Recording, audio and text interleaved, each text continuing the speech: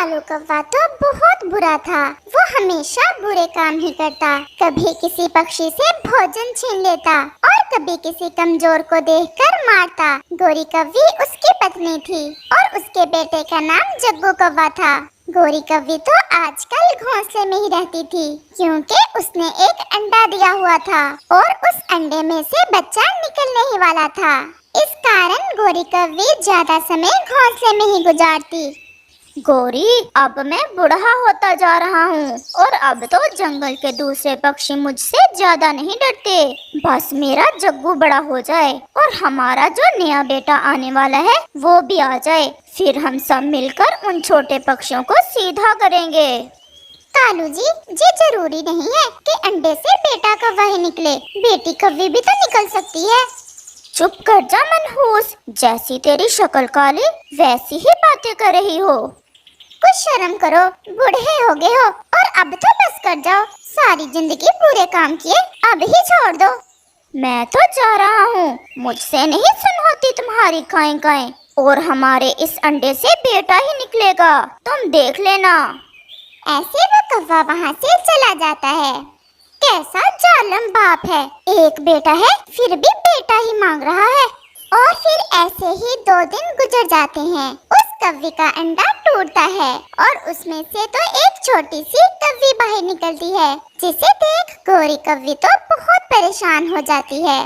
कालू तो आते ही मुझसे लड़ाई शुरू कर देगा, इसमें मेरा क्या दोष, और इतनी सुंदर तो है हमारी बेटी। मम्मा, मम्मा मैं आ गई। मम्मा, आप तो मुझे कुछ दुखी लग रही हो, इसलिए ना कि मैंने आने में देर कर दी। मम्मा, मैं तो 2 दिन से अंडा तोड़ने की ट्राई में थी, परंतु अंडा तो टूट ही नहीं रहा था। कालू कौवा भी सैर सपाटे करके वापस लौट आता है। अब मेरी बेटी के सामने उल्टी सीधी बातें न करना, जो हुआ भगवान की इच्छा। मुझे तो पहले ही पता था, तुम्हारे अंडे से तो बेटी ही निकलेगी। अब लाना भोजन और खिलाना इसे, मुझसे नहीं पेट भर होगा तुम्हारी इस काली शक्ल वाली बेटी का। पापा, मैं कौवे की बेटी हूँ तो काली ही होंगी ना। मैं कौन सा कबूतर की बेटी हूँ जो लाल और चिट्टी होंगी। सुंदरी, चुप कर जा मेरी बच्ची, चुप कर जा। रात को सुंदरी और उसकी मम्मा गोरी कौवी सोए हुए थे, परंतु कालू कौवा तो जाग रहा था। वो तो अपने अंडे से बेटी निकलने से बहुत परेशान था। अब मैं कैसे भोजन लाकर खिलाया करूँगा इसे? अगर बेटा होता तो दूसरे पक्षी मुझसे डरते।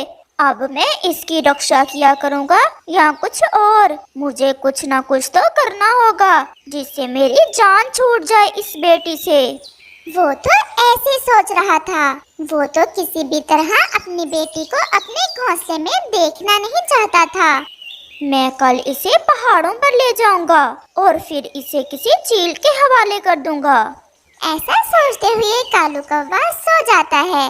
अगले रोज कालू कौवा अपनी पत्नी से कहता है, बहुत दिनों से तुम घोंसले में ही हो, मैं सुंदरी को ले जाता हूँ अपने साथ और तुम जाओ और नदी से नहा आओ। कैसी गंदी बदबू आ रही है तुम में से। ऐसे बोल रहे हो जैसे खुद से खुशबुएं बखेर रहे हो। ज्यादा बातें ना किया करो, अगर किसी दिन मुझे गुस्सा आ गया तो छोड़ूंगी नहीं। मैं जा रही हूँ और तुम मेरी सुंदरी का ध्यान रखना।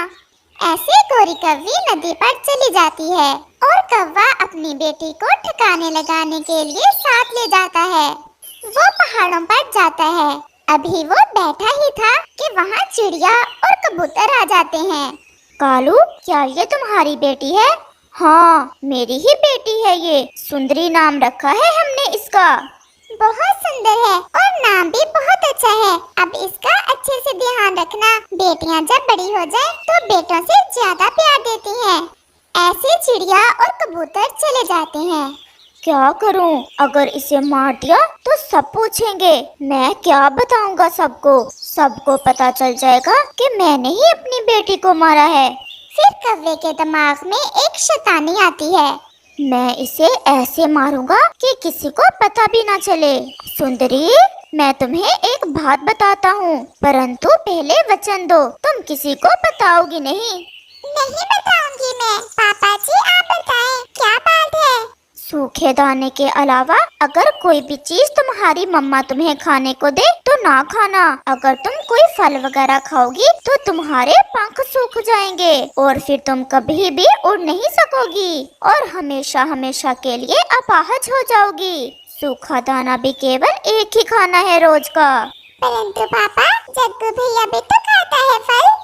वो लड़का कौवा है और तुम लड़की कौवी, इसलिए अगर नहीं विश्वास तो खाकर देख लेना। नहीं नहीं पापा जी, मैं तो फल कभी भी नहीं खाऊंगी। मैं तो केवल एक ही दाना खाया करूंगी। और ऐसे खुद ही मर जाओगी। मुझे तुम्हें मानना ही नहीं पड़ेगा। पापा जी, क्या कहा? कुछ नहीं, चलो अब घर चलें और अपनी मम्मा को या किसी को भी नहीं बताना कि मैंने तुम्हें ये राज की बात बताई है। वो सब चाहते हैं कि तुम्हारे पंख सूख जाएं और तुम उड़ न सको। फिर ऐसे कालू कौवा अपनी मासूम बेटी सुंदरी कौवी को लेकर वापस हो लेता है। इतनी देर कर दी कालू जी, कहाँ चले गए थे सुंदरी को साथ लेकर? हम घूमने गए थे। अच्छा सुंदरी, ये कुछ फल हैं, तुम खा लो। मैंने और तुम्हारे भाई ने तो खा लिए हैं। नहीं मम्मा, मेरा तो फल खाने को दिल नहीं कर रहा। सुंदरी ऐसा कहते हुए अपने पापा की तरफ देख रही थी। पापा के साथ गई थी ना, कुछ खाकर पेट भरा हुआ होगा। चलो सुबह खा लेना। फिर ऐसे कुछ दिन गुजर जाते हैं। गोरी की बेटी तो बहुत कमजोर हो गई थी, वो तो जरा भी भोजन ना खाती। सुंदरी, बस जब तुम थोड़ी सी और बड़ी हो जाओगी तो फिर सब खा लिया करना। तुम तो बहुत बुद्धिमान हो, जो किसी को बताया भी नहीं कि मैंने तुमसे कहा है। कुछ खाने से तुम्हारे पंख सूख जाएंगे। मैं अपने पापा की राज की बात भला कैसे किसी को बता सकती हूँ? मेरा पापा मेरा ही तो अच्छा सोचते हैं। वो छोटी मासूम कौवी ये कब जानती थी कि उसका पापा तो उसे मारना चाहता है।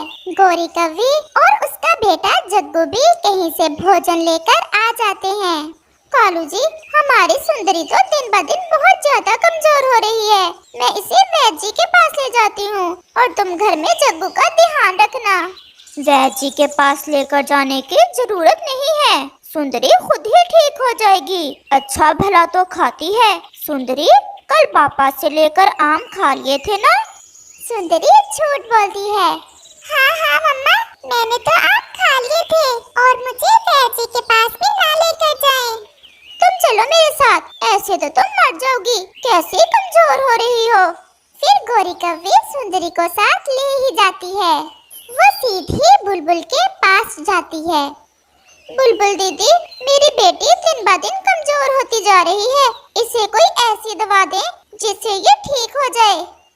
मुझे तो इसे देखकर लग रहा है कोई खौफ इसके दिल में बैठा हुआ है, जिस कारण ये कुछ खाती नहीं है और ऐसी हो गई है। आप ये दवा ले जाएं, इससे इसे भूख ज्यादा लगेगी और ये स्वस्थ हो जाएगी।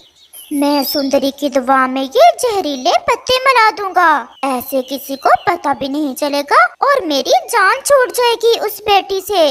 ऐसे कालू कौवा कुछ जहरीले बूटी के पत्ते अपने साथ ले जाता है। गोरी भी दवा लेकर आ गई थी।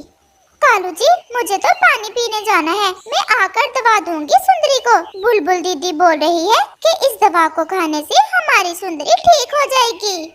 पानी तो मुझे भी पीना है, चलो हम दोनों ही चलते हैं। फिर वो दोनों पानी पीने चले जाते हैं। वो जैसे ही जाते हैं, उनका बेटा जग्गू वो जहरीले पत्ते उठाकर खा लेता है और वो तो मर जाता है। भैया, क्या हुआ आपको? भैया, ये क्या खा लिया है आपने? आप बात क्यों नहीं कर रहे? गोरी और कालू जैसे ही वापस आते हैं तो अपने बेटे को मरा हुआ देख रोने लग जाते हैं। मेरी दवा के पास कुछ पत्ते पड़े थे, वो खा लिए हैं भाई ने और बोल नहीं रहा। कालू तो खामोश था और रोए जा रहा था। कालू, ये क्या हो गया? मेरा जग्गू कैसे मर गया? ऐसे कैसे हुआ? कालू कौवा अपनी बेटी सुंदरी कौवी को अपने सीने से लगा लेता है। सुंदरी, आज के बाद तुम सब कुछ खा लेना मेरी बेटी। पापा, फिर मेरे पंख तो नहीं सूखेंगे? नहीं सूखेंगे, नहीं सूखेंगे मेरी बेटी। गोरी कौवी रो रही थी और उसे कुछ समझ नहीं आ रहा था सुंदरी ऐसा क्यों कह रही है? ऐसे उस कौवे को पता चल जाता है कि चाहे कितनी भी कोशिश कर लो, जिसे ऊपर वाला बचाना चाहे उसे कोई मार नहीं सकता, और वो अपनी बेटी से प्यार करने लग जाता है। कालू, जब से तुमसे शादी हुई है कभी मुझे कोई खुशी नहीं दी तुमने। वही टूटा हुआ घोंसला, वही सूखे दाने, कभी कोई फल फ्रूट, कोई अच्छा खाना नहीं ला कर दिया। हर समय यहाँ लेटे रहते हो। जाओ और मेरे लिए कुछ खाने को लाओ। मेरी किस्मत ही खराब थी जो तुमसे मेरी माँ ने शादी कर दी मेरी। तब तो बहुत स्मार्ट बन रहे थे। कपास का बना हुआ नरम नरम घोंसला है मेरा, बहुत काम करता हूँ। लेकिन मुझे क्या पता था ये सिर्फ कालू ही है, नखट्टू कहीं का। गौरी, ना तो मैंने कभी कोई काम किया है और ना ही करूँगा। मेरे माँ बाप ने मुझे बहुत लाड प्यार से पाला है, मुझसे नहीं होते ये काम वाम। वैसे तो तुम इतनी शैतान हो, कोई उपाय तुम ही बताओ जिससे दाना पानी घोंसले में ही मिल जाए। मुझे तो तुम ऐसे ही बदनाम कर रही हो। तुम कौन सा काम करती हो? तुम तो मेरे से भी ज्यादा काहिल हो। एक उपाय तो है मेरे पास कालू, लेकिन अगर तुम्हें पसंद आए तो। बताओ बताओ, मैं तो खुद बहुत तंग हूँ तुम्हारे रोज रोज के तानों से। अगर मेरे भी भाग्य जाग जाए तो। तुमने देखा है तोता कैसे मजे करता है? तमाम पक्षी रंग बिरंगे खाने उसे खुद जाकर घोंसले में देकर आते हैं। लेकिन गौरी, बदले में वो सब पक्षियों का इलाज भी तो करता है, इन्हें दवाई भी तो देता है। वो बड़ा MBBS डॉक्टर है, ऐसे ही जड़ी बूटियाँ कूट कूट कर देता रहता है। ये काम तो हम भी कर सकते हैं। तुम मेरे साथ चलो मेरे मैके वाले जंगल में, वहाँ मेरा जीजा जी रहता है। वो मुझसे भी बड़ा शैतान है। हम इससे मशवरा करते हैं और वो दोनों दूसरे जंगल चले जाते हैं। आओ आओ गौरी, कैसे आना हुआ? और कालू मियाँ, तुम कैसे हो? हम तो ठीक हैं, बस भोजन की फिक्र लगी रहती है। ढूंढना हमें आता नहीं, और अब पक्षी हमारा विश्वास नहीं करते। अक्सर तो भूखे ही सोना पड़ता है। आपके पास इसलिए आए हैं कि वो दवा जिससे पक्षी बीमार होते हैं, अगर थोड़ी सी हमें दे दो तो हमारा भी काम बन जाए।